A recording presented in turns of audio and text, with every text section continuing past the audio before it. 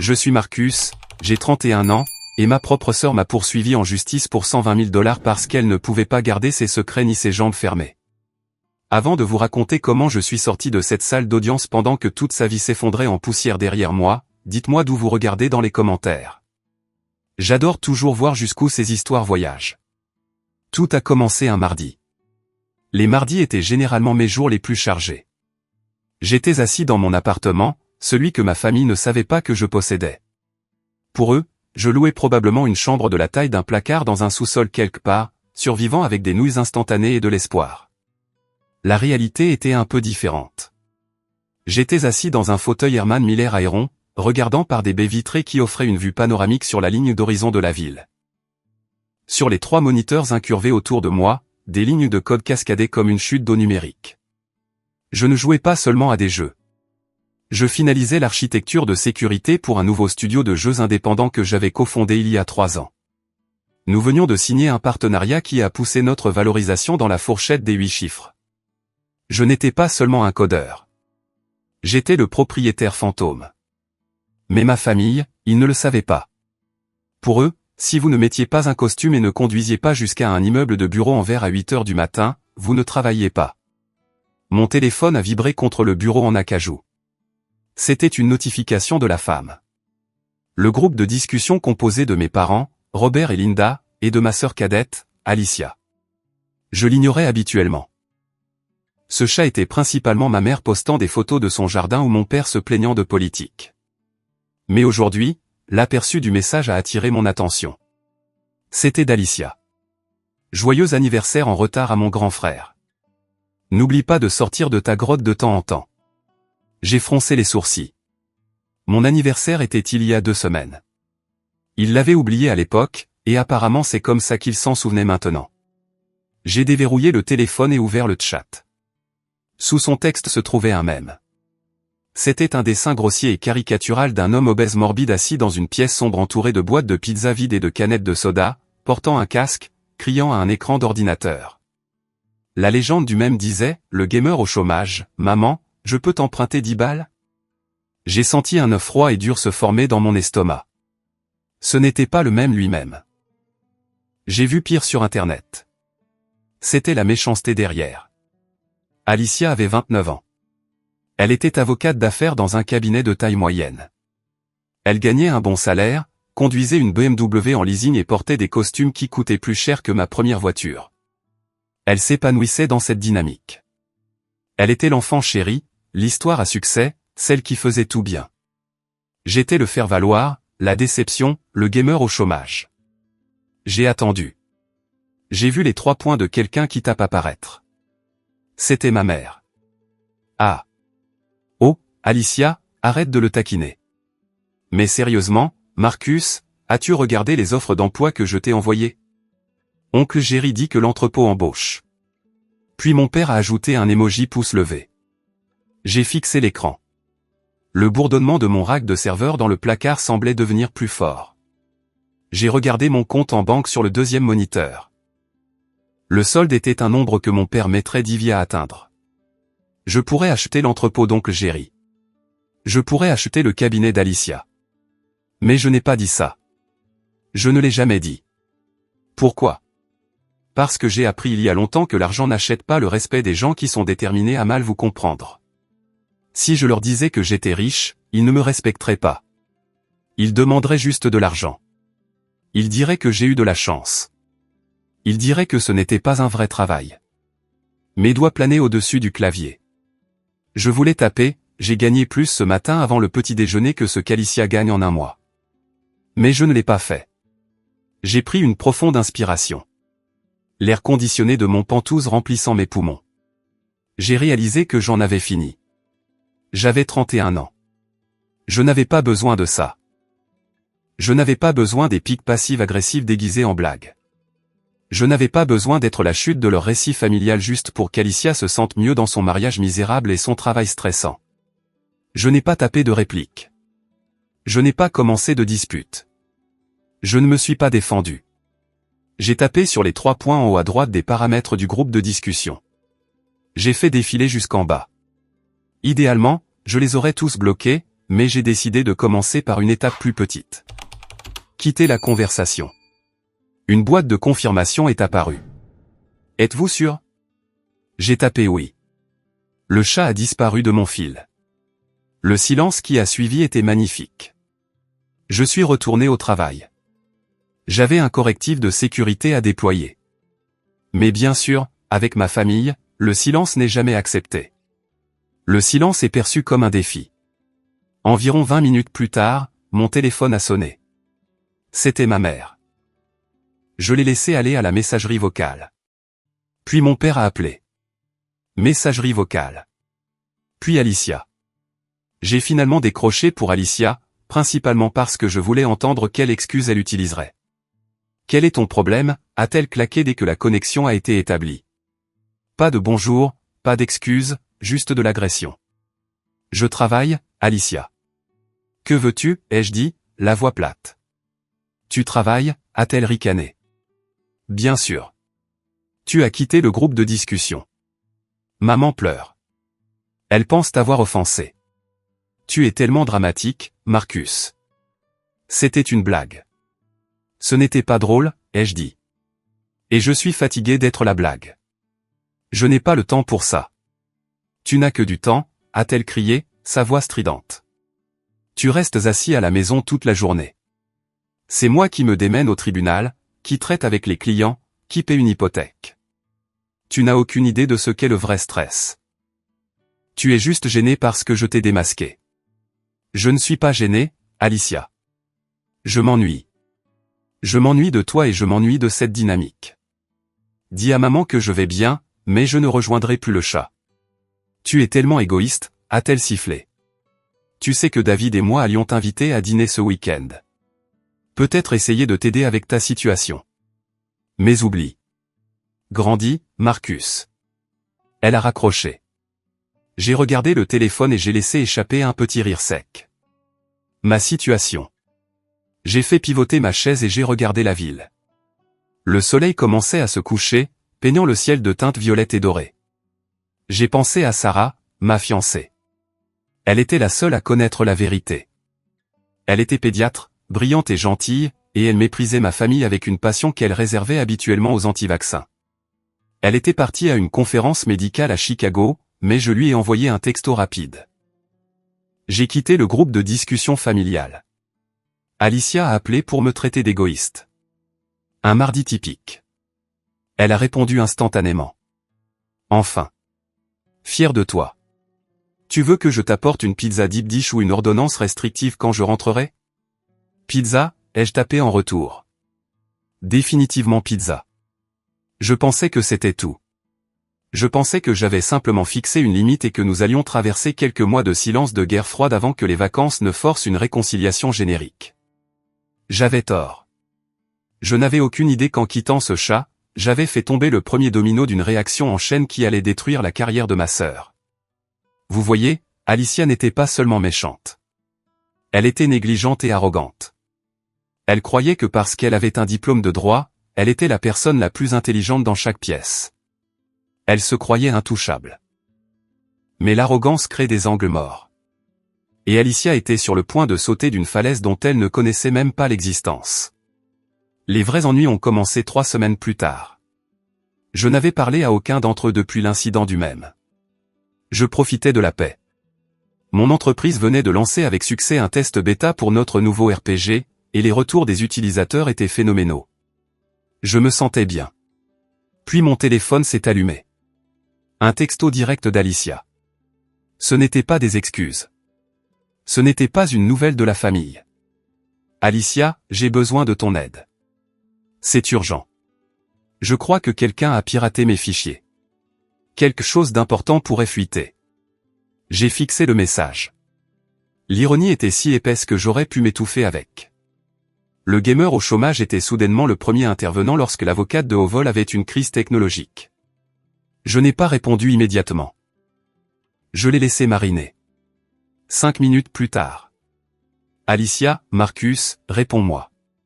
C'est sérieux. Je ne peux pas aller voir le service informatique du cabinet. S'ils découvrent que j'ai été négligente, je pourrais perdre ma promotion au rang d'associé. Tu connais les ordinateurs, tu dois m'aider. Tu connais les ordinateurs, pas tu es un brillant ingénieur ou je respecte tes compétences. Juste tu connais les ordinateurs comme si j'étais un adolescent qui savait comment réinitialiser un routeur. Je me suis penché en arrière dans ma chaise, entrelaçant mes doigts derrière ma tête. Je me suis souvenu de la dernière fois que je l'avais aidé. Je me suis souvenu du dîner de remise des diplômes. Je me suis souvenu de la faveur que je lui avais rendue il y a 3 ans. Les fantômes du passé se sont levés, se tenant entre moi et ce message texte. Et cette fois, je n'allais pas être le paillasson. Pour comprendre pourquoi je n'ai pas immédiatement sauté pour sauver ma sœur, vous devez comprendre le dîner de remise des diplômes. C'était il y a 5 ans. Alicia venait d'obtenir son diplôme de droit. J'avais obtenu ma maîtrise en informatique et cybersécurité 2 ans auparavant, mais ma remise de diplôme avait été une affaire discrète. Mes parents avaient oublié de réserver une table dans un bon restaurant, alors nous avons fini par manger dans un restaurant de chaîne près du campus. Mon père s'est plaint du prix du hamburger. Mais pour Alicia, c'était un couronnement. Ils ont réservé une salle privée au Gilded Lily, le steakhouse le plus cher de la ville. Des lustres en cristal, des serveurs en smoking, la totale. Toute la famille élargie était là. Tante Maureen, cousine Brenda, tout le monde. J'étais assis au bout de la table près de la porte de la cuisine. Mon père s'est levé pour porter un toast, levant un verre de cabernet cher. À Alicia, a-t-il rayonné, le visage rouge de fierté et de vin. La première avocate de la famille. Celle qui a vraiment réussi quelque chose. Nous avons enfin un gagnant, les amis. La table a éclaté en applaudissements. J'ai applaudi aussi, forçant un sourire. Mais les mots m'ont blessé. Celle qui a vraiment réussi quelque chose. Comme si ma maîtrise, que j'avais payée moi-même en travaillant 2 emplois, était invisible. Ma mère a ajouté, en tapotant la main d'Alicia, elle sera associée avant ses 30 ans. Elle va honorer ce nom, contrairement à certaines personnes qui passent leur vie à regarder des écrans. Elle m'a lancé un regard pointu de l'autre bout de la table. Tante Maureen, habituellement la plus discrète, avait l'air mal à l'aise. Marcus réussit bien aussi, n'est-ce pas, Linda? N'a-t-il pas juste obtenu cette certification? Oh, les ordinateurs, a rejeté ma mère d'un geste de la main, son bracelet en diamant captant la lumière. C'est un hobby, vraiment, pas une profession comme le droit. Quand l'addition est arrivée, elle était astronomique. Mon père a fait tout un cinéma en cherchant son portefeuille, puis s'est arrêté. Il m'a regardé. Marcus, a-t-il dit assez fort pour que la table entende. Tu as économisé, non? Comme tu n'as ni femme, ni enfant, ni hypothèque, pourquoi n'offrirais-tu pas le dîner à ta sœur? C'est son grand jour. Je me suis figé. J'avais 26 ans à l'époque, je travaillais comme administrateur système junior, gagnant un salaire décent, mais pas riche. Cette addition s'élevait facilement à $2000. Papa, allez, a dit Alicia en souriant. Elle était déjà ivre de champagne. Ne sois pas radin. C'est la moindre des choses puisque tu ne m'as pas offert de cadeau de remise de diplôme. Je lui avais offert un cadeau. Je lui avais acheté une mallette en cuir haut de gamme d'une valeur de $400. Elle était sous la table. Mais la pression de la salle était lourde. Tout le monde me regardait. Le frère perdant à qui on demandait de rendre hommage à la sœur en or. J'ai payé l'addition. Je l'ai mise sur ma carte de crédit, la maximisant. Et vous savez quoi? Alicia n'a même pas dit merci. Elle a juste regardé le reçu et a dit, seulement 15% de pourboire? Pingre. C'était grave. Mais l'incident d'il y a 3 ans était pire. Alicia venait de commencer dans son cabinet actuel. Elle était une collaboratrice junior désespérée d'impressionner. Elle travaillait sur une énorme fusion-acquisition, et elle avait réussi à corrompre la base de données cryptée contenant tous les fichiers de diligence raisonnable la nuit avant la date limite. Elle m'a appelé à 2 heures du matin, sanglotant, hyperventilant. Marcus, s'il te plaît. Je vais me faire virer. Ma vie est finie.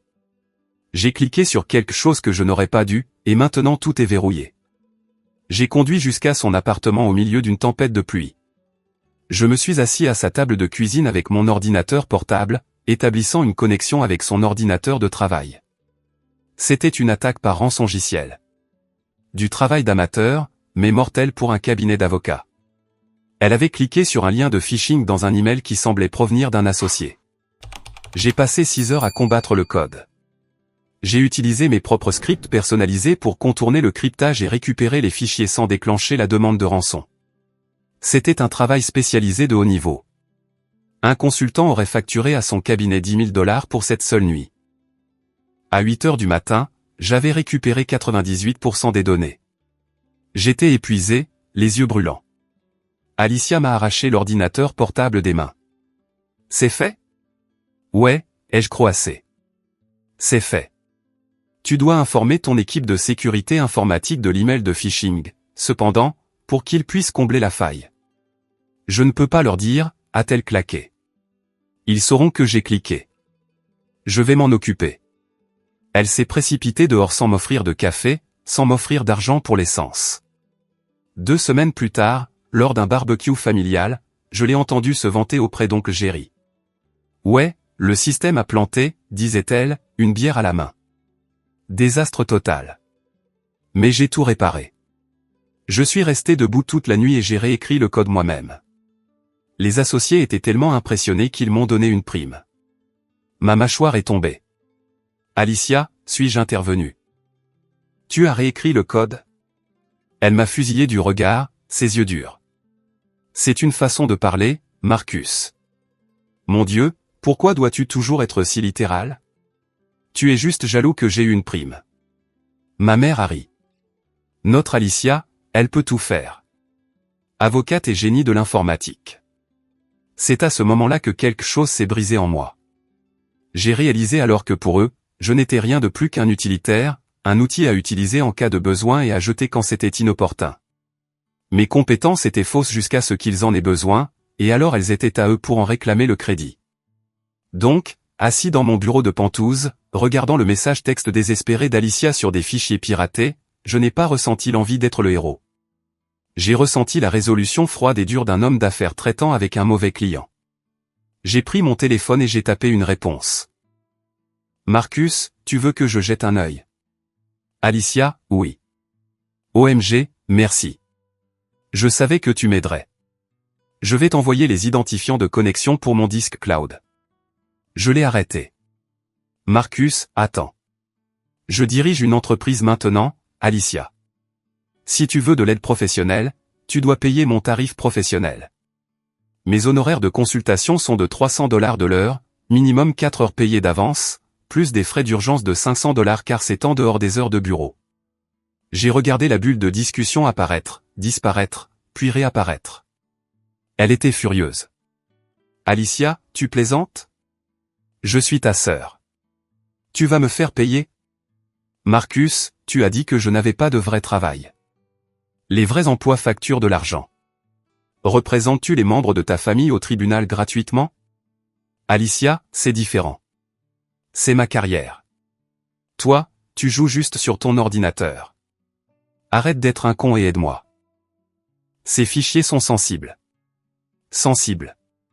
Ce mot a déclenché mes instincts professionnels. Dans le monde juridique, sensible signifiait généralement le secret professionnel, mais la façon dont elle l'a écrit, l'hésitation semblait différente. Marcus, 1700 $ d'avance. Ou appelle le service informatique de ton cabinet. Ce sont tes choix. Alicia, tu es incroyable. Tu essaies de m'extorquer. Maman avait raison. Tu as toujours été jaloux de moi. Tu veux me voir échouer? Marcus, je me fiche que tu échoues ou que tu réussisses, Alicia. Je ne travaille juste pas gratuitement pour les gens qui m'insultent. Bonne chance. J'ai posé le téléphone. 10 minutes plus tard, ma mère a appelé. Je savais qu'elle le ferait. La hiérarchie de la famille avait été perturbée. Le bouc émissaire refusait de servir l'enfant chéri. J'ai répondu cette fois, en le mettant sur haut-parleur pour pouvoir continuer à coder. Bonjour, mère. Marcus Anthony, sa voix était stridente. Qu'est-ce qui ne va pas avec toi? Ta sœur est en crise. Elle dit qu'elle pourrait perdre sa licence si ses fichiers sortent. Alors elle devrait engager un professionnel, ai-je dit calmement, en tapant une ligne de commande. Elle t'a demandé. Et je lui ai donné mon tarif. Un tarif? Elle avait l'air de parler une langue étrangère. La famille ne facture pas la famille. Tu l'aides parce qu'elle est ta sœur. Elle a travaillé si dur pour cette carrière. Toi, tu restes assis à la maison toute la journée à faire je ne sais quoi. Tu as le temps. Pourquoi es-tu si cruel? Maman, tu te souviens du mème? Le gamer au chômage. Eh bien, le gamer au chômage est occupé à jouer sur son clavier en ce moment. Je ne peux pas être à la fois un perdant et son sauveur. Tu es mesquin, a craché ma mère. Tu es mesquin et jaloux. Tu sais, nous nous sommes toujours inquiétés pour toi. Nous craignons que tu ne t'intègres pas. Maintenant, je vois pourquoi. Tu ne te soucies de personne d'autre que de toi-même. Je suppose que j'ai appris des meilleurs, ai-je dit. Au revoir, maman. J'ai raccroché et bloqué son numéro pour la nuit. J'ai senti une montée d'adrénaline. C'était la première fois que je les avais complètement arrêtés. C'était dangereux, c'était libérateur. Mais au fur et à mesure que la nuit avançait, un sentiment persistant dans mon ventre me disait que ce n'était pas fini. Alicia a dit que les fichiers étaient sensibles. Elle était paniquée. Si c'était juste des fichiers de travail, elle s'inquiéterait pour le cabinet, mais elle semblait s'inquiéter pour elle-même. J'étais un hacker éthique et un expert en sécurité. Ma curiosité était piquée. Je ne l'ai pas piraté. Ce serait illégal et je n'étais pas stupide. Mais j'ai mis en place quelques alertes passives sur les scanners du dark web que j'utilisais pour mon entreprise, en taguant son nom et celui de son cabinet juste pour voir si quelque chose apparaissait dans les fuites publiques. Pendant 3 jours, rien ne s'est passé. Puis la tempête a éclaté. C'était vendredi matin. Je buvais mon café, parcourant un agrégateur de nouvelles technologiques. Une de mes alertes a sonné, puis une autre, puis une douzaine. Ce n'était pas une fuite du dark web. C'était un blog à potins. Un site de rumeurs locales mais populaire de l'industrie juridique. Le titre disait « Une associée éminente de Davis et Associates prise dans un scandale client compromettant ». J'ai cliqué sur le lien. Mon cœur battait à tout rompre. Il y avait des photos, pas des photos nues, mais des photos intimes. Des selfies pris dans le miroir d'une chambre d'hôtel. Alicia portant un peignoir, embrassant un homme sur la joue. Un homme qui n'était certainement pas David, son mari. L'homme était plus âgé, cheveux argentés, montre chère. Je l'ai reconnu instantanément dans les pages économiques. C'était Graham Henderson, un magnate de l'immobilier, et l'un des plus gros clients du cabinet d'Alicia. Sous les photos se trouvaient des captures d'écran de messages textes. Alicia, il est tellement ennuyeux. J'ai hâte de m'éloigner de lui et d'être avec toi au Ritz ce soir. Henderson, apporte la robe rouge. Et ne t'inquiète pas pour les honoraires. Je m'occuperai des associés. Ce n'était pas un piratage de ses fichiers de travail. C'était une fuite de sa liaison personnelle. Et ça avait l'air mauvais. Cela impliquait qu'elle échangeait des relations sexuelles contre des mandats juridiques, ou du moins qu'elle mélangeait les deux d'une manière qui violait environ 50 codes de déontologie. Mon téléphone a commencé à sonner. C'était David. J'ai fixé l'écran. David était un type bien. Il était comptable. Calme, gentil, et complètement dominé par Alicia. Il ne méritait pas ça. Je n'ai pas répondu. Que pouvais-je dire? Puis un texto d'Alicia est apparu. Alicia, qu'est-ce que tu as fait? J'ai cligné des yeux. Qu'est-ce que j'ai fait? Alicia, je sais que c'est toi. Tu es le seul à qui j'ai parlé du piratage. Tu as volé les fichiers et tu les as fait fuiter parce que tu me détestes. Tu es mort, Marcus. Tu es mort. Je me suis assis, stupéfait. Elle n'était pas seulement en difficulté. Elle cherchait un bouc émissaire et elle venait de décider que j'étais le méchant de son histoire. L'accusation était insensée, mais dans la logique tordue de ma famille, elle avait un sens parfait. J'étais le type de l'informatique. J'étais le frère jaloux. Par conséquent, je devais être le hacker. Moins d'une heure après la publication du blog, mon téléphone vibrait pratiquement sur le bureau. Alicia avait clairement mobilisé ses sbires. La cousine Brenda a envoyé un texto, « Comment as-tu pu faire ça à ta propre sœur? Tu es malade. » Tante Maureen, étonnamment, a envoyé un point d'interrogation, « Marcus, est-ce que c'est vrai? » Je n'ai répondu à personne. J'ai pris des captures d'écran de tout. Règle numéro 1 de la cybersécurité, tout enregistré. Règle numéro 1 pour survivre à un narcissique, tout documenter. J'ai appelé Sarah à Chicago. Tu as vu, ai-je demandé. Les photos. Sarah semblait essoufflée. Marcus, bon sang, elle trompe David avec Henderson. Ce type a genre 60 ans. Ouais. Et elle pense que c'est moi qui ai fait fuiter ça. Quoi? Pourquoi? Parce que j'ai refusé de l'aider à sécuriser son disque cloud il y a 3 jours. Maintenant, elle pense que j'ai utilisé cette opportunité pour la pirater. C'est fou, a dit Sarah. Tu n'as même pas touché à son ordinateur. La logique ne s'applique pas ici, Sarah. Ils ont besoin de quelqu'un à blâmer. Si c'est un hacker anonyme, Alicia est une victime de cybercriminalité. Mais si c'est son frère diabolique, elle est victime d'une vendetta familiale. C'est mieux pour la sympathie. Qu'est-ce que tu vas faire? Je vais attendre, ai-je dit. Et je vais appeler Monsieur Bramwell. Elias Bramwell était mon avocat d'affaires. Il s'occupait des contrats de mon studio de jeu. C'était un requin dans un costume 3 pièces qui coûtait $800 de leur et valait chaque centime. Bramwell, demanda Sarah. N'est-ce pas excessif? Elle m'a menacé, Sarah. Elle a dit, tu es mort. Connaissant Alicia, elle va essayer de me détruire pour se sauver. Je dois être prêt. J'avais raison. Ce soir-là, la sonnette a retenti. J'ai vérifié le flux de la caméra de sécurité sur mon moniteur. C'étaient mes parents et Alicia. Alicia avait l'air d'une épave. Ses yeux étaient bouffis. Ses cheveux étaient tirés en un chignon sévère et elle ne portait pas de maquillage. Ma mère avait l'air terrifiée. Mon père avait l'air de vouloir frapper quelqu'un.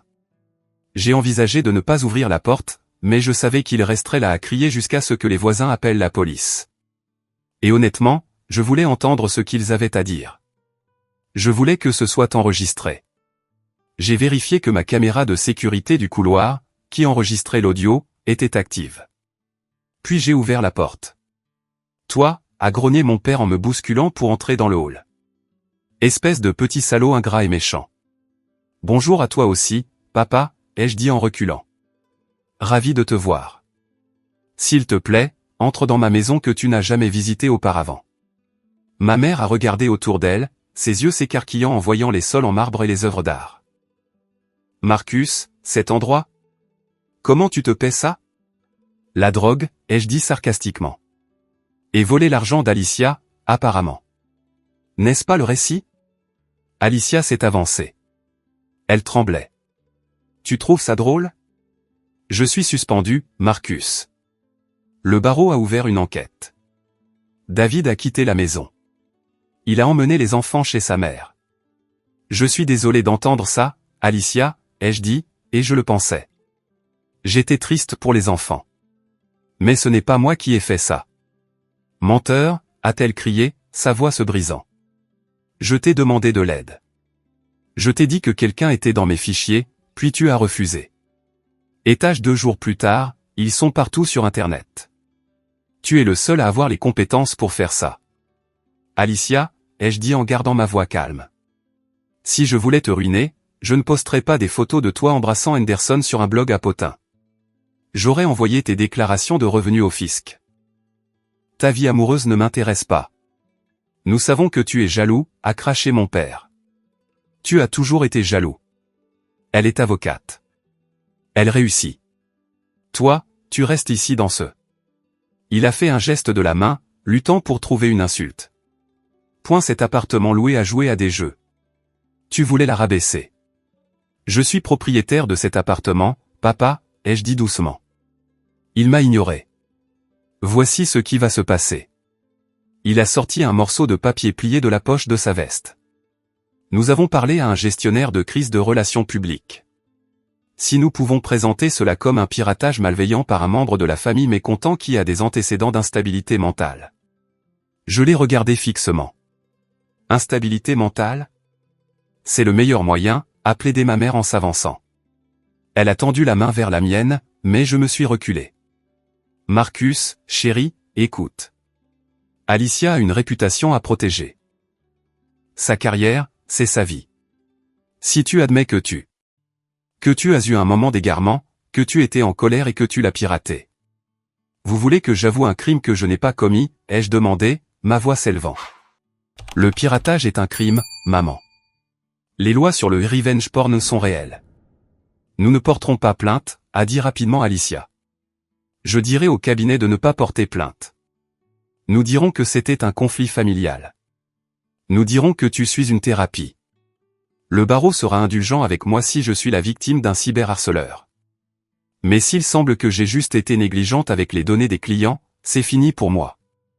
Je les ai regardés. J'ai regardé les trois, debout dans mon hall, complotant pour détruire ma vie afin de sauver la sienne. Ils étaient prêts à me marquer au fer rouge comme un criminel. Ils étaient prêts à me qualifier d'instable mentalement. Ils étaient prêts à incendier ma réputation, qu'ils pensaient inexistante, juste pour que la façade dorée d'Alicia ne se fissure pas. Laissez-moi voir si j'ai bien compris, ai-je dit, ma voix tremblant de rage. Vous voulez que je signe une confession disant que j'ai piraté ma sœur et fait fuiter ses photos dénudées pour qu'elle puisse garder son travail? Ce ne sont pas des photos dénudées. C'est juste un baiser, a corrigé automatiquement Alicia. Et oui, c'est le seul moyen de sauver le nom de la famille. Le nom de la famille? J'ai ri. C'était un son sombre et amer. Tu veux dire ton nom. Tu as trompé ton mari, Alicia. Tu as violé le secret professionnel. C'est toi qui as fait ça. J'ai fait une erreur, a crié Alicia. Je suis humaine. Mais toi. Tu n'es rien. Tu es un fantôme. Tu n'as pas de carrière. Tu n'as pas de réputation. Si tu prends le blâme, personne ne s'en souciera. Tu peux juste déménager. Recommencer à zéro. Tu n'es rien. C'était ça. Le coup de grâce. Sortez, ai-je dit. Marcus, sois raisonnable, m'a averti mon père en s'approchant agressivement. J'ai dit, sortez, ai-je rugi. Le son a résonné contre les hauts plafonds. Sortez de ma maison avant que j'appelle la police et que je vous fasse arrêter pour violation de domicile et tentative d'extorsion. Mon père avait l'air choqué. Il ne m'avait jamais vu crier. J'étais le calme, le passif. Tu le regretteras, a sifflé Alicia, son visage déformé par la haine. Je vais te poursuivre en justice. Je le jure devant Dieu, Marcus, si tu ne m'aides pas à arranger ça, je te poursuivrai pour tout ce que tu as. Poursuis-moi, ai-je dit en ouvrant la porte. S'il te plaît. J'adorerais te voir essayer. Ils sont partis. Ma mère pleurait. Mon père jurait. Alicia tapait furieusement sur son téléphone. J'ai claqué la porte et je l'ai verrouillée. Puis je me suis appuyé contre elle, mon cœur battant comme un tambour. Je suis allé directement à mon ordinateur. J'ai exporté la séquence vidéo de la caméra du couloir. J'ai sauvegardé les messages textes. J'ai sauvegardé les journaux d'appel. Puis j'ai appelé Bramwell. Elias, ai-je dit quand il a décroché. C'est Marcus. J'ai besoin de vous retenir pour une affaire personnelle. Ma sœur est sur le point de me poursuivre en justice. La sœur avocate, demanda Bramwell. Pourquoi faire? Diffamation, atteinte à la vie privée, et probablement détresse émotionnelle. L'avez-vous fait? Demanda Bramwell. Il était avocat. Il ne se souciait pas des sentiments. Il se souciait des faits. Non. Pouvons-nous le prouver? Je suis un architecte de la sécurité, Elias, ai-je dit en regardant mes moniteurs. Je peux prouver ce que je n'ai pas fait. Mais je veux faire plus que ça. Je veux découvrir qui l'a fait. Bien, a dit Bramwell. Laissez-les déposer la plainte, puis nous obtiendrons la communication des pièces. Allons à la chasse. La poursuite est arrivée 3 jours plus tard. Un huissier m'a attrapé dans le hall de mon immeuble. C'était épais. Alicia Vance contre Marcus Vance. Elle ne plaisantait pas. Elle me poursuivait pour 120 000 $ de dommages et intérêts, alléguant que j'avais accédé malicieusement à son stockage cloud privé, altéré et fabriqué des preuves numériques, et diffusé du matériel diffamatoire pour causer un préjudice professionnel. Elle demandait des dommages-intérêts pour perte de salaire, frais de thérapie et réhabilitation de sa réputation. Je me suis assis dans le bureau de Bramwell, le fauteuil en cuir grinçant alors que je bougeais. Bramwell était un homme dans la cinquantaine, avec des cheveux poivre et sel et des yeux qui semblaient pouvoir couper du verre. Il a feuilleté le dossier, secouant la tête. C'est bâclé, a-t-il marmonné. Elle a rédigé ça à la hâte. Regardez cette allégation, altérée et fabriquée. Elle admet que les photos sont réelles en poursuivant pour atteinte à la vie privée, mais prétend qu'elles sont fausses pour poursuivre pour diffamation. On ne peut pas avoir les deux. Elle est désespérée. Je l'ai dit, elle essaie de jeter assez de boue contre le mur pour que le barreau suspende son enquête jusqu'à ce que le procès civil soit réglé. Eh bien, Bramwell a fermé le dossier. Elle a choisi la mauvaise cible. Marcus, j'ai besoin que vous fassiez une analyse forensique de votre propre réseau. Montrez-moi que vous ne vous êtes jamais connecté à ces appareils. Et j'ai besoin que vous trouviez la fuite. J'y suis déjà, ai-je dit. Je suis en train de suivre les métadonnées des photos divulguées sur le blog. Les données EXIF ont été effacées, mais l'horodatage du téléchargement correspond à une adresse IP spécifique. Pouvez-vous la tracer? Je l'ai fait. C'est une IP résidentielle, fournisseur Comcast, mais elle est derrière un proxy. Celui qui a fait ça n'était pas un maître hacker, mais il savait comment utiliser un VPN. Continuez à creuser, a dit Bramwell. Nous avons une date d'audience dans 3 semaines. Audience d'urgence pour une injonction préliminaire. Elle veut une ordonnance de non-publication pour vous empêcher de divulguer plus d'informations. Nous utiliserons cette audience pour mettre fin à tout ça. Les 3 semaines suivantes ont été un cauchemar. Ma famille a lancé une offensive de relations publiques complète. Ma mère a posté sur Facebook sur la trahison d'un fils. La cousine Brenda a lancé une rumeur selon laquelle j'étais un incel qui détestait les femmes. Je suis resté à l'intérieur. J'ai travaillé. Sarah est revenue de Chicago et a été mon rock. Elle m'a serré dans ses bras quand je me réveillais de cauchemars où mon père me criait dessus. Ce ne sont plus ta famille, m'a-t-elle dit un soir en me caressant les cheveux. Ce sont tes agresseurs. Tu dois arrêter de les protéger. Je ne les protège pas, ai-je dit. Si, tu le fais. Tu te retiens. Tu sais que tu pourrais les détruire avec ce que tu sais sur leurs finances, sur le jeu de papa. Mais tu ne le fais pas. Elle avait raison.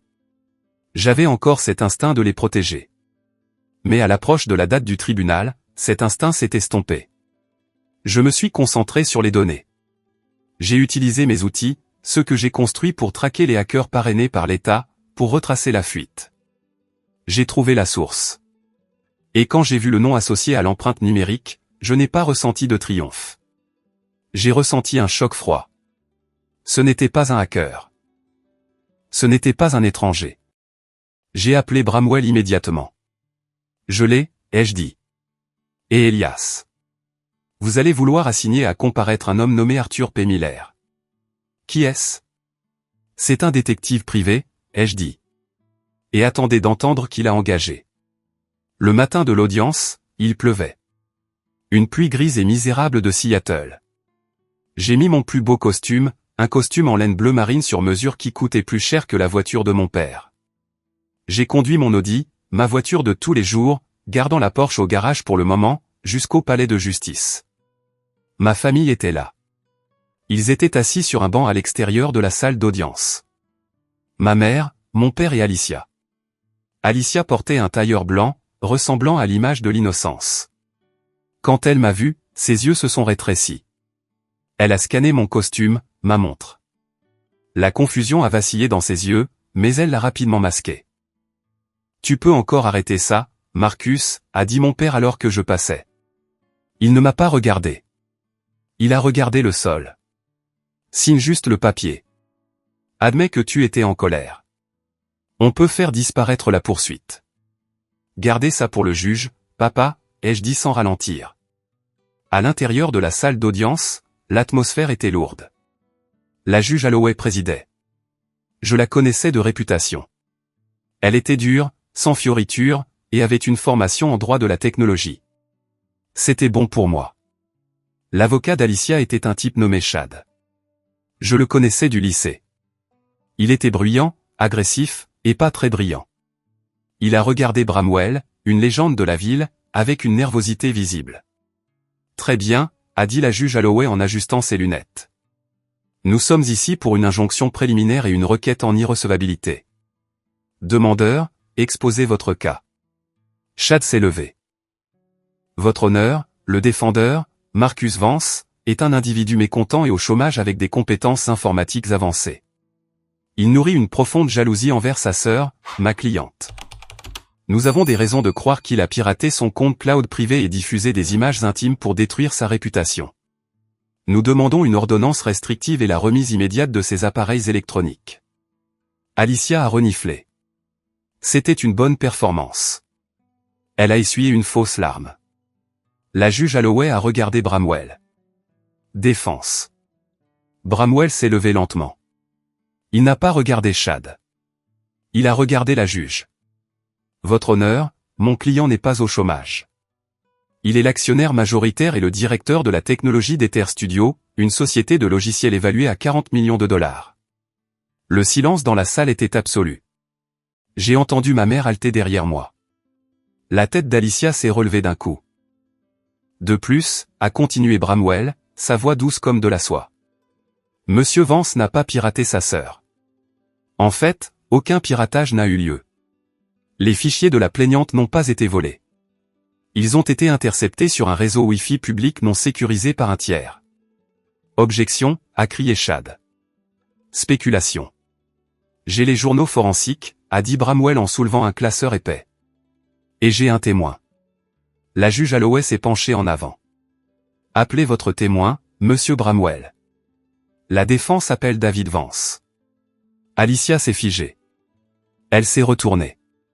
Les portes au fond de la salle d'audience se sont ouvertes. David est entré. Il avait l'air fatigué. Il avait l'air triste, mais il n'a pas regardé Alicia. Il s'est dirigé directement vers la barre des témoins. L'air dans la salle d'audience semblait s'être raréfié. Je pouvais entendre le bourdonnement des néons. Alicia était devenue d'une pâleur fantomatique. Elle serrait le bord de la table si fort que ses jointures étaient blanches. Mes parents, assis dans la galerie, se chuchotaient furieusement. David a prêté serment. Jurez-vous de dire la vérité, toute la vérité, et rien que la vérité? Je le jure, a dit David. Sa voix était stable. Bramwell s'est approché de la barre. Monsieur Vance, vous êtes le mari de la plaignante, Alicia Vance. C'est exact? Bientôt ex-mari, a corrigé David. Mais oui. Monsieur Vance, étiez-vous au courant de la fuite des fichiers privés de votre femme? Oui. Les avez-vous fait fuiter? Non, a dit David. Je ne les ai pas fait fuiter sur le blog, mais je suis la raison pour laquelle ils existent. Pouvez-vous expliquer? David a pris une inspiration. Il m'a regardé une fraction de seconde, un regard d'excuse avant de tourner son regard vers la juge. Je soupçonnais Alicia d'avoir une liaison depuis des mois, a dit David. Elle travaillait toujours tard. Elle était froide. Elle cachait son téléphone. Je lui ai posé des questions et elle m'a traité de paranoïaque. Elle m'a dit que j'étais fou. Elle m'a manipulé. Il a fait une pause. Alors, il y a 2 mois, j'ai engagé un détective privé. Monsieur Arthur Miller. Bramwell a hoché la tête. Et qu'a découvert Monsieur Miller? Il l'a suivi, a dit David. Il l'a suivi au Ritz-Carlton à 3 reprises. Il l'a vu rencontrer Graham Henderson. Alicia a laissé échapper un sanglot étranglé. David, s'il te plaît. À l'ordre, a claqué la juge Holloway en frappant son marteau. David a continué, sa voix se durcissant. Monsieur Miller est méticuleux. Il est spécialisé dans la surveillance numérique. Il s'est assis dans le hall du Ritz-Carlton. Apparemment, Alicia utilisait le Wi-Fi des clients de l'hôtel pour envoyer des messages à Henderson. Elle n'a pas utilisé de VPN. Elle n'a pas utilisé de cryptage. Miller a utilisé un analyseur de paquets, un outil standard, pour intercepter le trafic sur le réseau ouvert. J'ai regardé Alicia. Elle était avocate. Elle savait ce que cela signifiait. Elle n'avait pas été piratée par un super méchant génial dans une pièce sombre. Elle s'était fait prendre parce qu'elle était trop paresseuse pour éteindre son Wi-Fi en textant son amant dans le hall d'un hôtel. Il a intercepté les photos, a demandé Bramwell. Oui, et les textos. Il me les a envoyés comme preuve d'infidélité pour la procédure de divorce. Alors, comment se sont-ils retrouvés sur le blog, a demandé Bramwell. C'était mon erreur, a admis David. J'ai laissé le fichier ouvert sur notre ordinateur familial. J'étais désemparé. Je buvais. J'ai envoyé le fichier à mon avocat de divorce, mais je pense que je l'ai peut-être transféré à une adresse email qui ressemblait à une ligne de dénonciation juridique. Ou peut-être que M. Miller l'a fait pour faire pression sur Henderson. Je ne sais pas avec certitude qui a cliqué sur envoyer au blog, mais je sais avec certitude que Marcus n'a rien à voir avec ça. Bramwell s'est tourné vers la juge. Votre honneur, nous avons l'affidavit de M. Miller confirmant qu'il a intercepté les données via une interception Wi-Fi publique, ce qui, bien que légalement ambigu pour lui, prouve définitivement que le piratage ne provient pas de mon client. De plus, la plaignante, Madame Vance, est avocate. Elle connaît ou devrait connaître les risques des réseaux non sécurisés. Blâmer son frère, le poursuivre pour dommages et intérêts, et le traîner en justice n'est pas seulement une erreur. C'est une poursuite abusive. Bramwell s'est tourné vers Alicia. Madame Vance savait qu'elle avait été négligente. Elle savait qu'elle s'était fait prendre. Elle avait besoin d'un bouc émissaire à présenter à son cabinet pour ne pas paraître incompétente. Alors, elle a choisi le frère qu'elle a harcelé toute sa vie. C'est un mensonge, a hurlé Alicia en se levant. Il ment. David ment pour me faire du mal parce que je le quitte. Asseyez-vous, maître, a aboyé la juge Holloway. Ses yeux flamboyaient. Bramwell n'avait pas fini. Votre honneur, j'ai aussi ceci. Il a sorti une clé USB. Ceci est un enregistrement du système de sécurité de la maison de Monsieur Marcus Vance daté d'il y a 3 semaines. Il montre la plaignante et ses parents tentant de contraindre mon client à signer une fausse confession. Chad, l'avocat d'Alicia, avait l'air de vouloir se cacher sous la table. Objection. Nous n'avons pas vu cette preuve. Elle a été soumise à la communication des pièces ce matin, a dit froidement Bramwell. Passez-la. Le grand écran de la salle d'audience s'est animé. L'audio était net. La voix d'Alicia a rempli la pièce. Point s'il semble que j'ai juste été négligente avec les données des clients, c'est fini pour moi. Point tu n'es rien. Tu es un fantôme. Si tu prends le blâme, personne ne s'en souciera. La voix de mon père. Signe juste le papier. Admets que tu étais en colère. La salle d'audience était silencieuse. La vidéo s'est terminée. La juge Holloway a enlevé ses lunettes. Elle a regardé Alicia avec une expression de pur dégoût. Madame Vance, a dit la juge, sa voix dangereusement calme. Avez-vous juste essayé d'utiliser ce tribunal comme une arme pour couvrir votre propre négligence professionnelle et votre infidélité? Alicia tremblait. Elle ne pouvait pas parler. Et la juge a continué, en regardant les parents. Vous avez tenté de suborner un parjure. Vous avez essayé de faire chanter votre propre fils pour qu'il avoue un crime. Chad s'est levé. Votre honneur, ma cliente demande une suspension d'audience. Refusé, a claqué la juge Holloway. Cette affaire est rejetée avec préjudice. Mais je n'ai pas fini. Elle s'est tournée vers le sténographe du tribunal. Je veux qu'une transcription de ces débats soit envoyée immédiatement au barreau de l'État. Madame Vance, vous avez admis sur bande que vous avez conspiré pour accuser un homme innocent d'un cybercrime. Vous avez déposé une plainte futile dans ma salle d'audience basée sur un parjure. Votre honneur, s'il vous plaît, a sangloté Alicia. Ma carrière. C'est tout ce que j'ai. Vous auriez dû y penser avant d'utiliser la loi comme un jouet, a dit la juge Holloway. Je vous sanctionne pour le montant total des frais de justice du défendeur. Vous paierez les frais d'avocat de Monsieur Vance, et je réfère cette affaire au procureur pour d'éventuelles poursuites pénales concernant la tentative d'extorsion. Elle a frappé le marteau. Le son était comme un coup de feu. Sortez de ma salle d'audience. C'était fini. Je me suis levé. Je me sentais léger, en apesanteur. Alicia s'est effondrée sur sa chaise, enfouissant son visage dans ses mains. David s'est levé et est sorti sans se retourner. Mes parents étaient figés.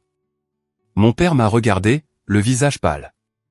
Il a ouvert la bouche pour parler, peut-être pour crier, peut-être pour supplier. Je ne lui en ai pas donné l'occasion. Je leur ai tourné le dos et j'ai serré la main de Bramwell.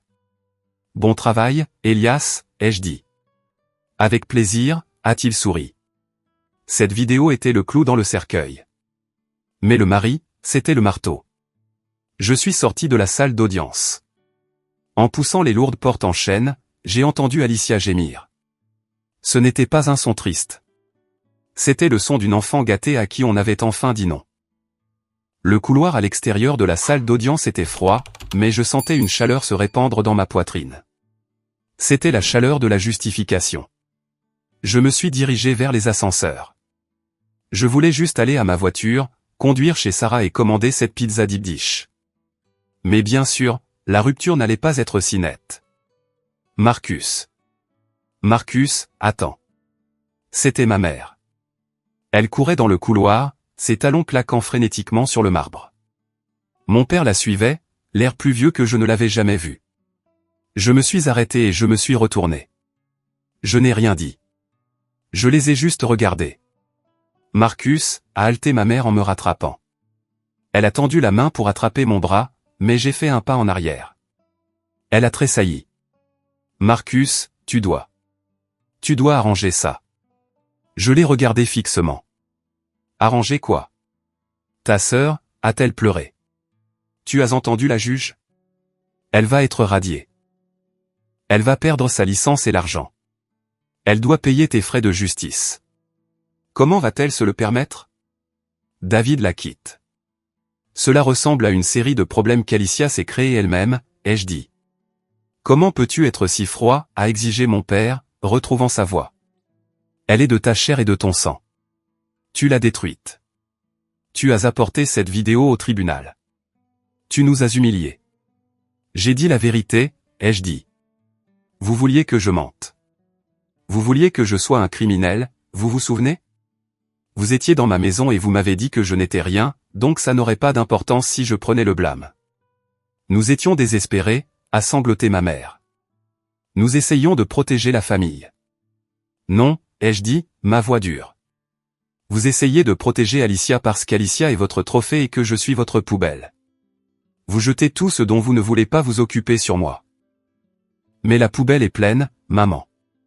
J'en ai fini. Nous sommes tes parents, a-t-elle gémi. Nous t'avons élevé. Vous m'avez logé, ai-je corrigé. Vous ne m'avez pas élevé. Vous m'avez toléré. J'ai appuyé sur le bouton de l'ascenseur. La flèche s'est allumée.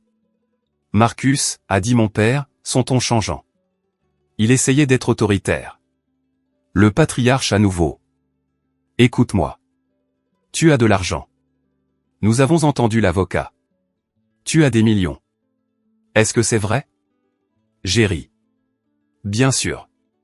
C'était l'autre chaussure qui tombait. Oui, ai-je dit. Alors tu peux payer les frais, a-t-il dit comme si c'était évident.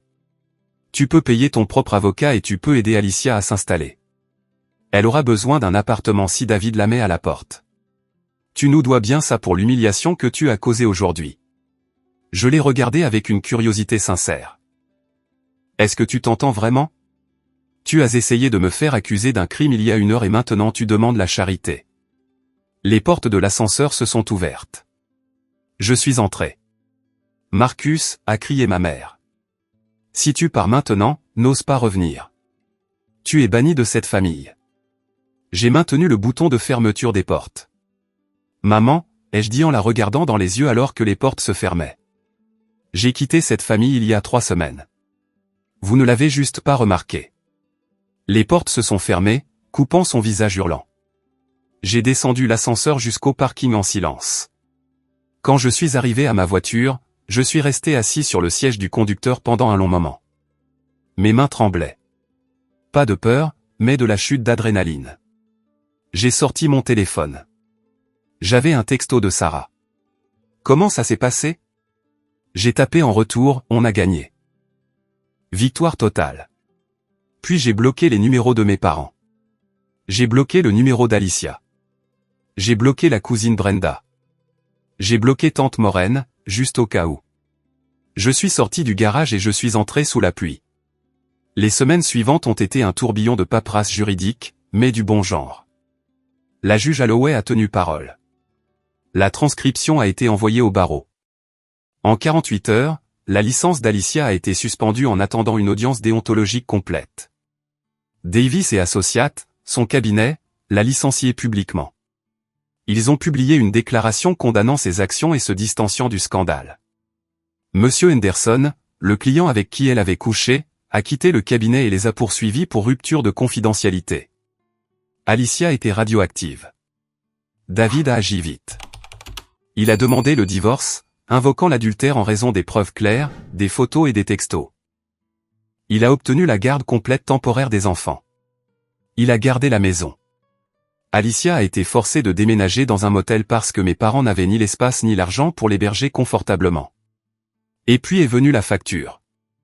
La juge Holloway a ordonné à Alicia de me payer 35 000 $ de frais de justice. Je savais qu'elle ne les avait pas. Ses actifs étaient gelés par le divorce. Elle était au chômage. Bramwell m'a appelé une semaine après le jugement. Alors, a dit Bramwell, nous pouvons saisir ses futurs salaires si elle trouve un jour un emploi ou nous pouvons mettre une hypothèque sur sa voiture. Oubliez l'argent, ai-je dit. Je n'en ai pas besoin. Mais assurez-vous que le jugement reste sur son dossier. Je veux qu'elle le voie chaque fois qu'elle essaiera de demander une carte de crédit. Vous êtes un client difficile, Marcus, Harry Bramwell. J'apprends, ai-je dit. La vie a commencé à se calmer avec le bruit toxique de ma famille disparue. Je me sentais plus léger. Mon entreprise, Ether Studio, a lancé notre jeu à l'échelle mondiale. Il a atteint le sommet des classements Steam en 24 heures. J'ai acheté la Porsche, une 911 Turbo S bleu profond, non pas parce que j'avais besoin de me montrer, mais parce que j'en voulais une depuis que j'avais 16 ans, et je me suis enfin permis d'avoir de belles choses sans me sentir coupable. Je pensais être complètement libre. Mais l'univers a une drôle de façon de vous tester une dernière fois. Environ 2 mois après le procès, j'étais dans un café du centre-ville pour rencontrer un investisseur potentiel. Je portais un sweat à capuche et un jean, mon uniforme, mais j'avais garé la Porsche juste devant. J'ai vu une femme travailler derrière le comptoir. Elle portait un tablier vert et une visière. Elle avait l'air épuisée. C'était Alicia. Elle essuyait la machine à expresso. Elle avait l'air plus âgée. L'arrogance avait disparu de sa posture. Elle avait l'air brisée. Elle a levé les yeux et m'a vu. Elle s'est figée. Je me suis figé aussi. Pendant une seconde, j'ai cru qu'elle allait crier. J'ai cru qu'elle allait me jeter une tasse, mais elle ne l'a pas fait. Elle m'a juste regardé. Puis elle a regardé par la fenêtre la Porsche, puis à nouveau moi. Il n'y avait plus de haine dans ses yeux. Juste une honte profonde et écrasante. J'aurais pu m'approcher du comptoir. J'aurais pu commander un café et la faire me servir. J'aurais pu lui donner 100 $ de pourboire juste pour être cruel. Mais j'ai réalisé que je m'en fichais. La colère était partie. Le besoin de vengeance était parti. Je me suis retourné et je suis sorti du café sans commander. Je suis monté dans ma voiture et je suis parti. J'étais enfin le protagoniste de ma propre vie, pas le personnage secondaire de la sienne. Le temps a une drôle de façon de bouger quand on supprime la source de sa douleur. Il s'accélère. Pendant 31 ans, ma vie a semblé coincée dans une boucle de recherche de validation et de rejet. Mais dans les 12 mois qui ont suivi le procès, ma vie a avancé à la vitesse de la lumière. Ether Studio n'était pas seulement un succès. C'est devenu un phénomène culturel. Notre jeu phare, Echo of the Void, a remporté le prix du jeu de l'année. Je suis passé de propriétaire fantôme à être en couverture du magazine We Read. Le titre disait « Le gamer qui a battu le système ». Comment Marcus Vance a bâti un empire depuis sa chambre. Cette couverture de magazine a été le dernier clou dans le cercueil de mon anonymat. Et inévitablement, ce fut le phare qui a ramené les papillons de nuit vers la flamme. C'était 3 semaines avant mon mariage avec Sarah. Nous ne faisions rien de trop extravagant. Pas de château ni de gâteau à 10 étages, mais nous organisions la cérémonie dans un vignoble privé de la Napa Valley. C'était intime, cher et strictement sur invitation. J'étais dans mon bureau en train de revoir les protocoles de sécurité pour l'événement. Oui, j'ai engagé une sécurité privée pour mon propre mariage. Le traumatisme rend prudent. Quand mon assistant Léo est entré, il avait l'air mal à l'aise. « Marcus », a dit Léo en tenant une enveloppe épaisse. Ceci est arrivé par coursier. Il a contourné le contrôle du courrier car il était marqué et document juridique, mais il ne vient pas d'un cabinet d'avocats. J'ai pris l'enveloppe. C'était du papier cartonné couleur crème. J'ai reconnu l'écriture immédiatement. C'était la calligraphie de ma mère. La même écriture qu'elle utilisait pour écrire ses cartes de Noël passive-agressive détaillant les réalisations d'Alicia tout en m'omettant. Je n'aurais pas dû l'ouvrir. J'aurais dû la déchiqueter. Mais la curiosité est une chose dangereuse. J'ai ouvert l'enveloppe. À l'intérieur, il n'y avait pas de poursuite. C'était une lettre et une photo. La photo était de moi, à 7 ans, assis sur un vélo. Mon père tenait l'arrière de la selle. C'était l'un des rares souvenirs heureux que j'avais. J'ai déplié la lettre. Mon très cher fils, j'ai vu le magazine. Ton père et moi, nous sommes si fiers. Nous avons toujours su que tu étais spécial. Nous avons toujours su que ton génie avait juste besoin de temps pour s'épanouir. Nous avons beaucoup réfléchi depuis le malentendu au tribunal. Nous avons réalisé que nous avons fait des erreurs. Nous étions sous une telle pression avec Alicia. Tu dois comprendre, les parents perdent parfois leur chemin quand ils essaient de protéger leurs enfants. Mais nous n'avons jamais cessé de t'aimer. Nous avons appris par tante Maureen que tu allais te marier. Un mariage est un moment pour la famille, un temps pour le pardon. S'il te plaît, Marcus, ne commence pas ce nouveau chapitre sans ta mère et ton père. Nous sommes vieux. Nous sommes fatigués. Laisse-nous faire partie de ta joie. Nous ne voulons pas d'argent. Nous voulons juste retrouver notre fils. Amour, maman et papa. Je l'ai lu 2 fois. La première fois, j'ai ressenti une pointe de culpabilité. Cette vieille programmation au fond de mon cerveau a murmuré, ce sont tes parents. Ils sont vieux. Peut-être qu'ils ont vraiment changé. Mais la deuxième fois que je l'ai lu, j'ai vu la manipulation. Le malentendu au tribunal. Ils n'ont pas appelé ça parjure. Ils n'ont pas appelé ça extorsion. Ils ont appelé ça un malentendu. Nous avons toujours su que tu étais spécial. Un mensonge. Ils m'ont traité de perdant pendant une décennie. Nous ne voulons pas d'argent. C'était le plus gros indice. S'ils doivent dire qu'ils ne veulent pas d'argent, ils veulent certainement de l'argent. J'ai jeté la lettre sur mon bureau. Léo, ai-je dit. Oui, patron. Ajoutez 2 gardes de plus au périmètre du mariage et donnez-leur des photos de Robert et Linda Vance. S'ils se présentent, ils doivent être escortés hors de la propriété immédiatement. Pas de scène, juste partie. Léo a hoché la tête. Compris. Je pensais que c'était la fin. Mais la vraie révélation, le dernier rebondissement qui allait réécrire toute ma compréhension de mon enfance est arrivé 2 jours plus tard. Tante Maureen a demandé à me voir pour le déjeuner. Maureen était la sœur cadette de ma mère.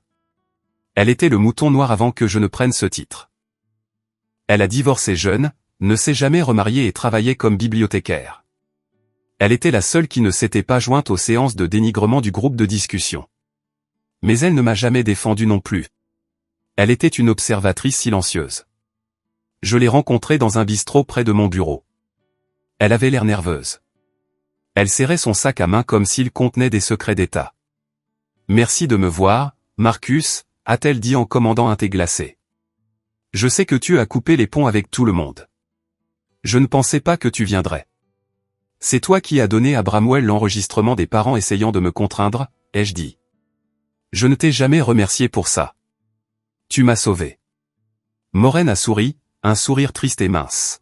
« Je ne t'ai pas sauvé, Marcus. Tu t'es sauvé toi-même. Je t'ai juste donné l'arme. » Elle a pris une gorgée de thé, sa main tremblant légèrement. « J'ai vu l'invitation au mariage. Merci. Je serai là. Mais je voulais te donner quelque chose avant le grand jour. Un cadeau de mariage. » Elle a fouillé dans son sac et a sorti un petit journal relié en cuir. Il avait l'air vieux. « Qu'est-ce que c'est ? » ?»« C'est le grand livre de ton père, a-t-elle dit. Ou plutôt, une copie. Je l'ai trouvé quand je les aidais à déménager le mois dernier. Ils vendent la maison, Marcus. Ils sont fauchés. Je m'en doutais, ai-je dit. Entre les frais de justice et Alicia au chômage, ils doivent perdre de l'argent. Ce ne sont pas seulement les frais de justice, a dit Maureen, ses yeux fixés sur les miens. Intense et sérieux. Marcus, il y a quelque chose que tu dois savoir sur Alicia, sur Henderson, sur pourquoi tes parents étaient si désespérés de couvrir cette liaison. J'ai froncé les sourcils. Alicia trompait son mari. Elle voulait un sugar daddy. Ce n'est pas compliqué. Ce n'était pas seulement Alicia, a murmuré Maureen. C'était ton père. J'ai ouvert le grand livre. C'était une liste de prêts et d'investissements, de mauvais investissements, de retournements immobiliers ratés, de dettes de jeu. Et là, sur la dernière page, il y avait un nom, Graham Henderson.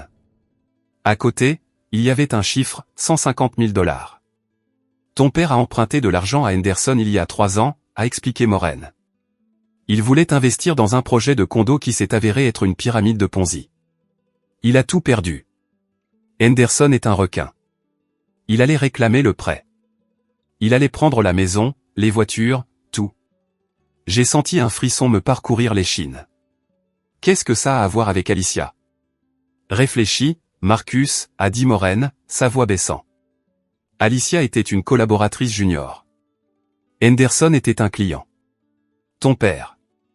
Il a encouragé Alicia à prendre le compte Henderson. Il l'a poussée. Il lui a dit d'être gentil avec lui. Il lui a dit que si elle gardait Henderson heureux, peut-être que la dette disparaîtrait, ou du moins qu'il serait indulgent. Mon estomac s'est retourné. J'avais l'impression que j'allais être malade. Es-tu en train de dire? Je n'ai même pas pu finir la phrase. Je dis qu'ils l'ont prostituée, a dit Maureen sans détour. Peut-être pas explicitement. Ils n'ont pas signé de contrat. Mais la pression, les commentaires. Sois charmante, Alicia. Porte cette robe rouge, Alicia. M. Henderson est la clé de notre avenir, Alicia. Ils l'ont préparée à être sa maîtresse pour que ton père ne perde pas tout. Je me suis assis, le bistrot tournant autour de moi. Soudain, Alicia n'était plus seulement la méchante. Elle était toujours une narcissique, oui. Elle était toujours cruelle envers moi. Mais elle était aussi un produit. Un produit fabriqué par Robert et Linda Vance pour être vendu au plus offrant. C'est pour ça qu'ils étaient si terrifiés par la fuite, ai-je réalisé. Pas seulement à cause de sa carrière, mais parce que si Henderson était exposé, il pourrait riposter et réclamer la dette immédiatement. Ils ne protégeaient pas la réputation d'Alicia. Ils protégeaient leur propre survie financière. Exactement, a dit Maureen.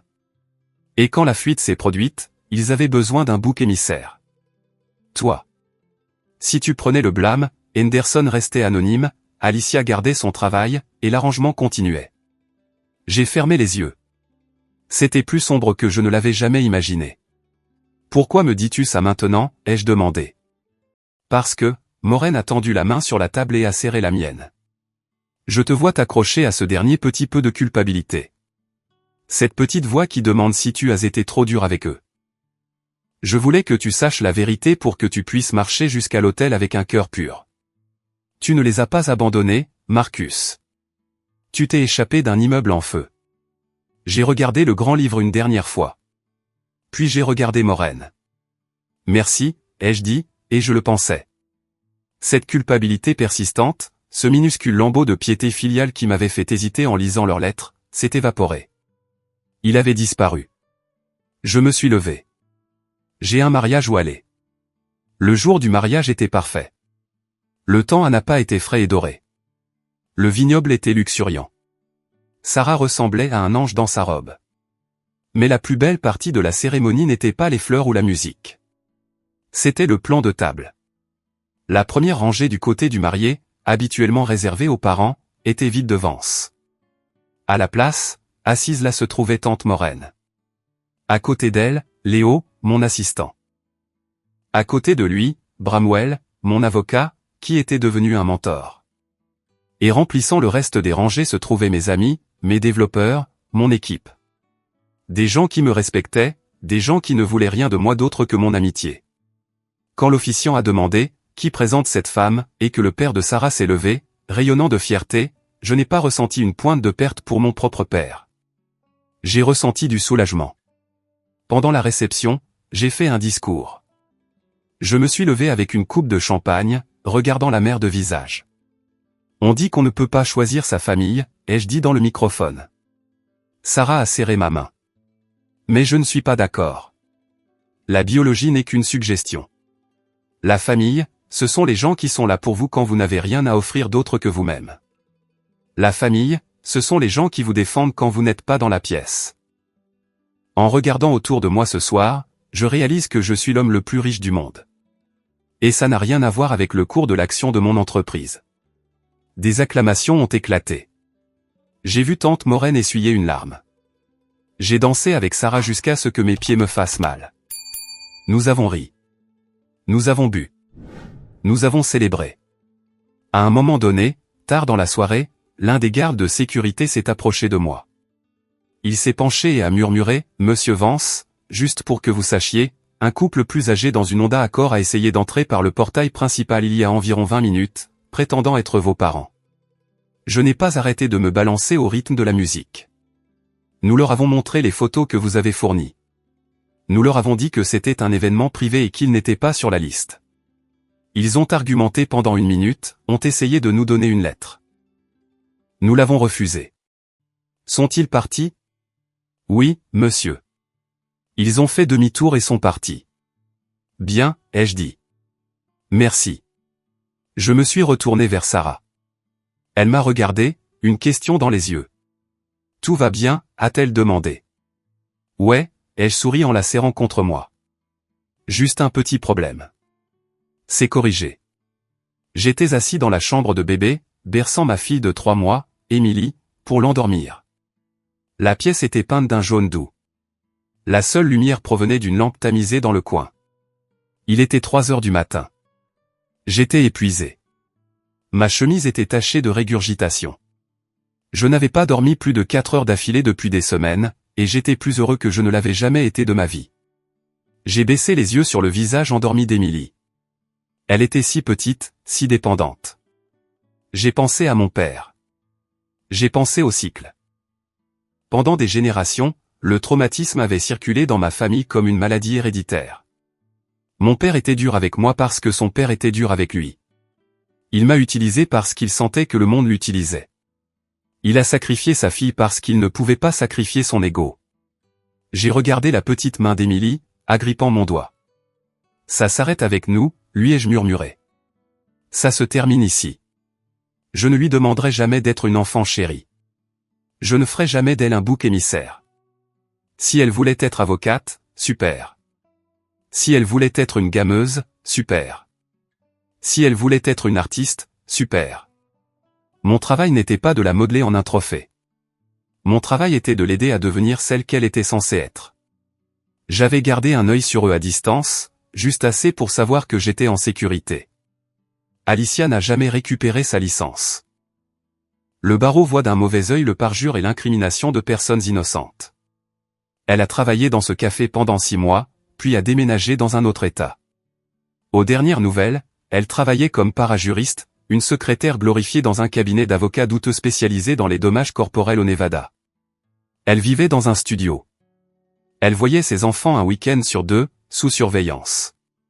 C'était une chute difficile, mais parfois il faut toucher le fond pour réaliser que l'échelle que l'on grimpait était appuyée contre le mauvais mur. Peut-être, juste peut-être, qu'elle apprenait l'humilité. Mais je n'allais pas rester pour le découvrir. Mes parents ont vendu la maison. Ils ont déménagé dans un petit condo dans une communauté de retraités. Sans la carrière flamboyante d'Alicia pour se vanter, et sans mon échec pour se plaindre, ils ont perdu leur monnaie sociale.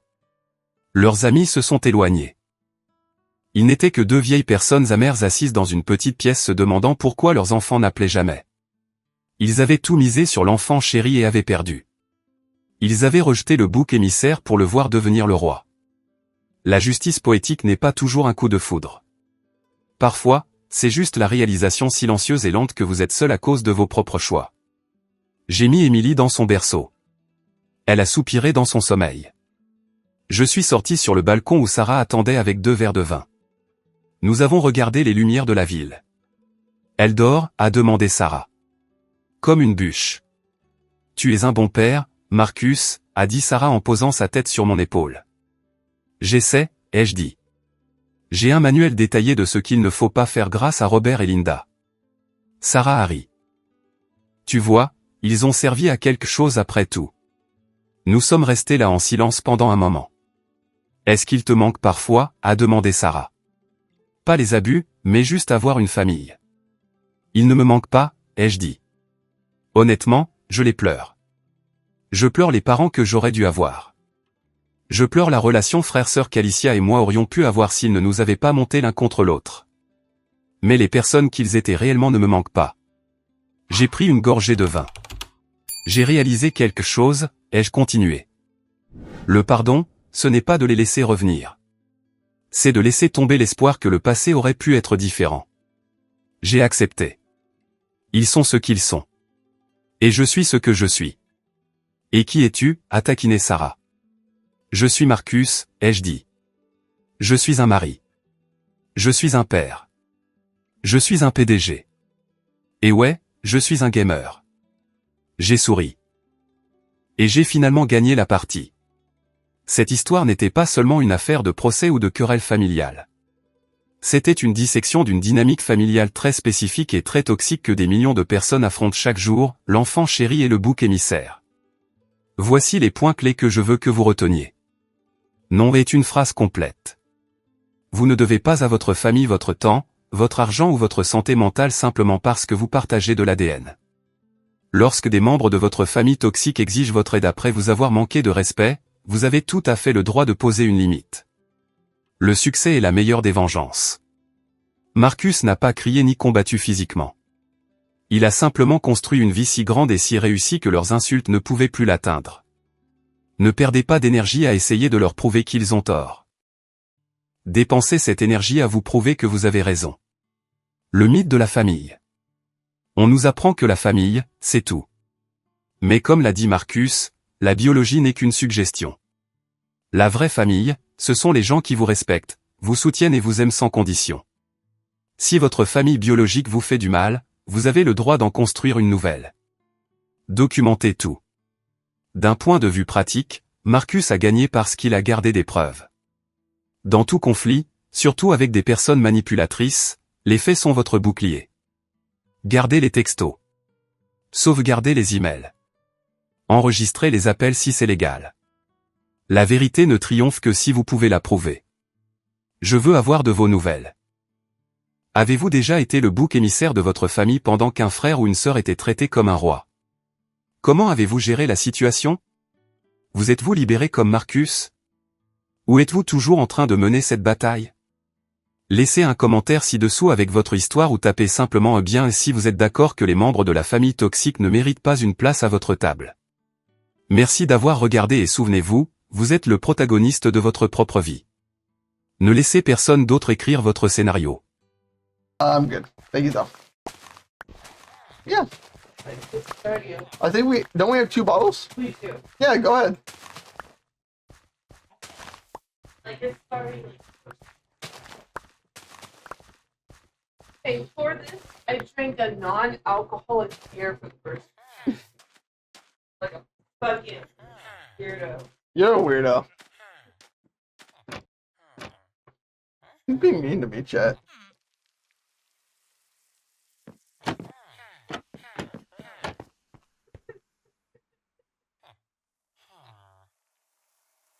Drop the. I'm probably gonna regret dropping the carrot. I'm gonna definitely regret it. Regret. Get them that. Now make a baby, so I can watch. You're both weirdos. I've never been a weirdo. Never once. I've never been a weirdo in my life.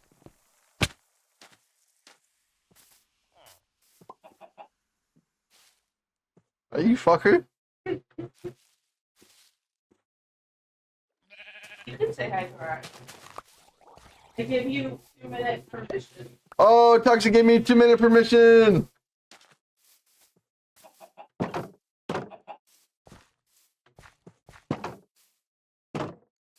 Always been a weirdo? Never been a weirdo. Never in my life. Aubrey, you have to let me through because she gave me permission.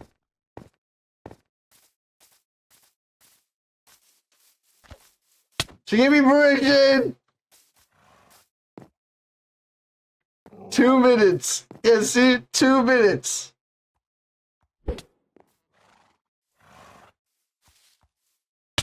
Ow.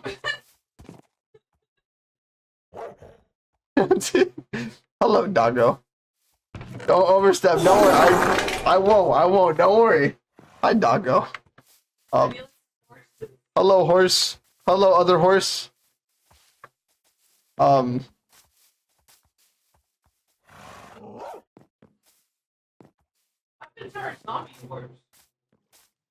don't say hi to the. Okay, I'm sorry.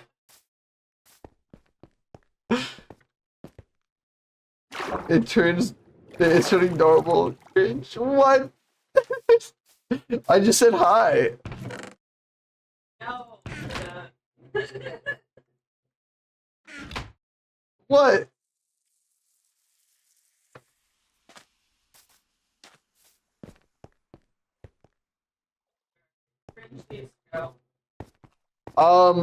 Whose horse is the white horse? Oh, I was just gonna give you a saddle because I didn't know you guys had a saddle.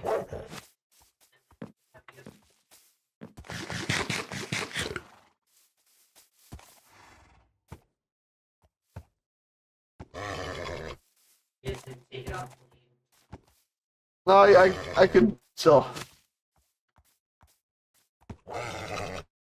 Bitch. Fucking bitch. Fucking bitch. Fucking bitch. Even the horse is like, I don't even want the horse anymore. Fuck you.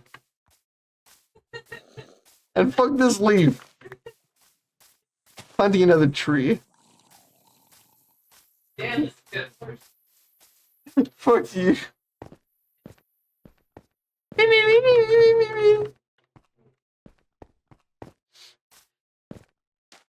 I did not need to go through all that. Hey, boy. Yeah.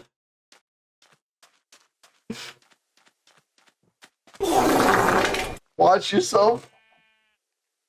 Okay.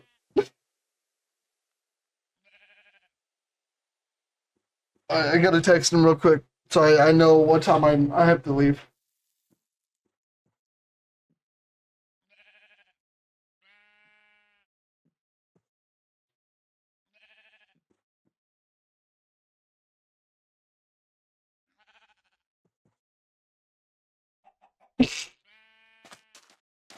Stream is a bit delayed, so my responses lose aura a bit. You never had aura. But good thing I'm too cool. I don't know. She turned around so fast.